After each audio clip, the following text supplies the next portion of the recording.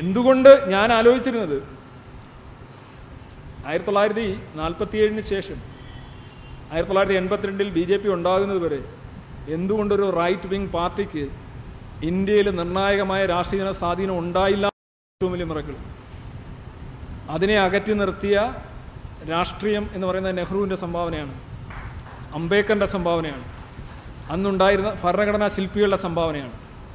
അല്ലെങ്കിൽ ഇന്ത്യയിൽ 2 കാര്യങ്ങളാണ് പ്രവചിക്കപ്പെട്ടിരുന്നത്. ഒന്ന്, പട്ടിണി മരണങ്ങളുടെ ഘോഷയാത്ര. അതിനെ അവോയ്ഡ് ചെയ്തത് സയൻസാണ്, ഗ്രീൻ റവല്യൂഷൻ, പഞ്ചവത്സര പദ്ധതികൾ. 2, ഇത് ഒരു ഹിന്ദുത്വ അല്ലെങ്കിൽ മെജോറിറ്റി ഭൂരിപക്ഷമുള്ള രാഷ്ട്രീയ പാർട്ടിയുടെ കീഴിലാവാൻ എത്ര സമയമെടുക്കുമെന്നാണ് ലോകം മുഴുവൻ നോക്കിയത്. 82-ൽ 2 സീറ്റാണ് BJPക്ക് ഉണ്ടായത്. Simply going the communal line.